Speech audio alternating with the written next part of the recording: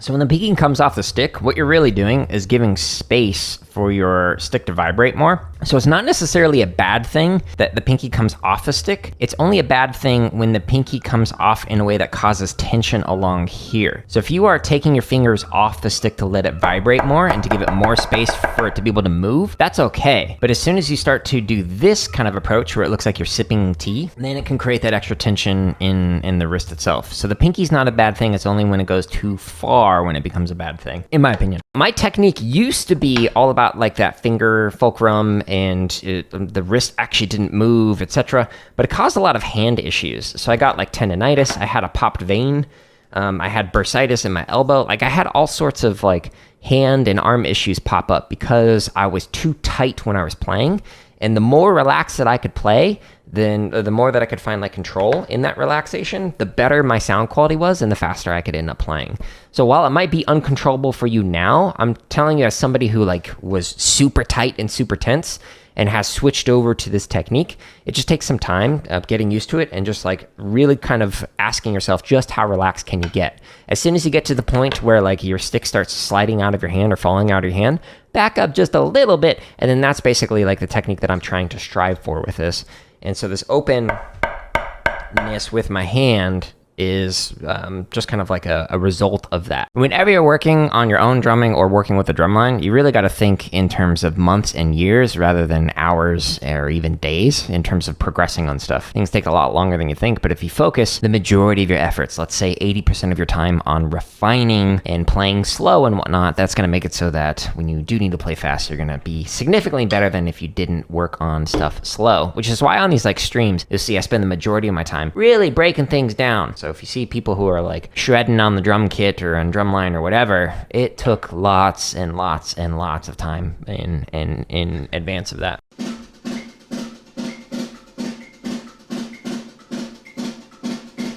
It's fire. Speaking of fire, my hands.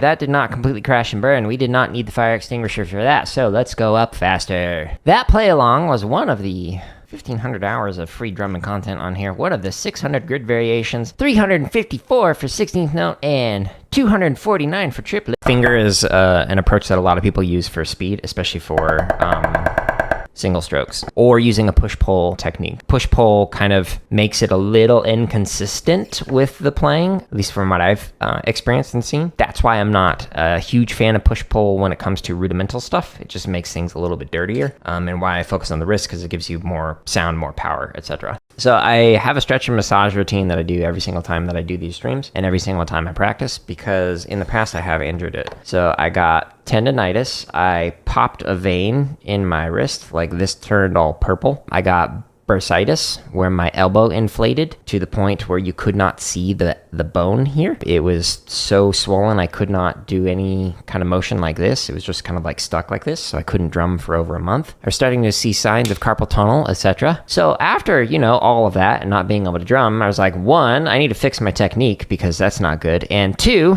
I need to take better care of my hands. So every single one of these drumming streams that I do in the mornings, you'll see that I do a stretch and massage routine, which is why I model it in every one of these. And when I used to teach drumline and private lessons and whatnot, like all the students, yeah, you gotta stretch. Especially with like marching band and whatnot, you gotta do like full body stretch, or you'll injure yourself. In cross country, when I did that, I learned that I don't like running. Threw up every morning. We'd run along a busy road, all the pollution just made me vomit.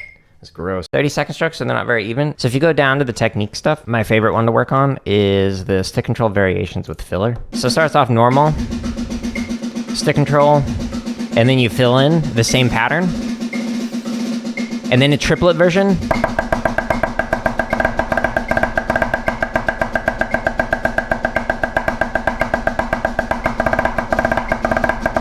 Triplet.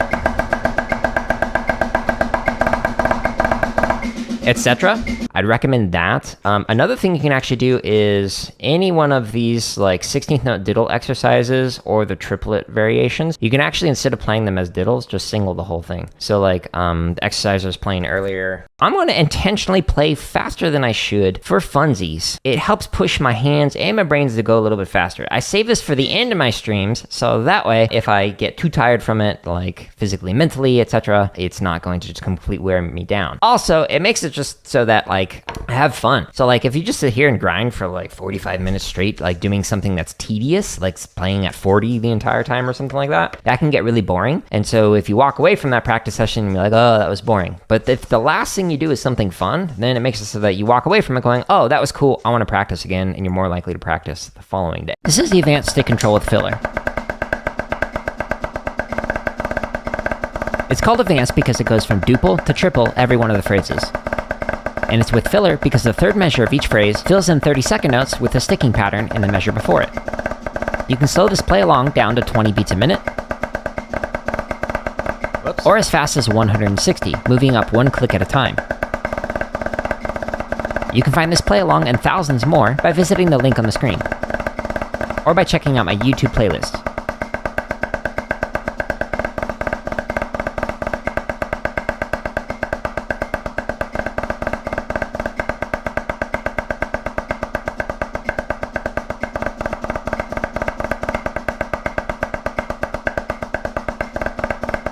I was such a drumline nerd that I would drive around and listen to lot clips of recordings, and this was like before YouTube existed, so it would be like MP3 files shared on like various forums, and I just like download them all into my like iPod, and I just have it on shuffle, and I would sit there and listen to it, and I'd actually like think of what would I say as the instructor, like what would be something that I might be able to provide as feedback, like hey, maybe we should focus on this or work on this. And it actually helped me to be able to listen to and figure out like what's the most important or the biggest rock to focus on as an instructor, so that way we're not just sitting there and working on the inconsistent airs, but the consistent airs that we can like fine tune. So if like a line was playing through something like 5 times in the recording, I'd listen to it and go, okay, what's the most consistent air that happened across all those 5 times? And here's what I might recommend as critique. But don't go post like critiques on people's like YouTube videos of like lot recordings and whatnot. Like 1, it might be recordings from like months ago. So what are they going to do? Go back in time and fix it? But 2, it's also just rude. Like you don't know what their goals are. You don't know what they're working on. So just chill with that.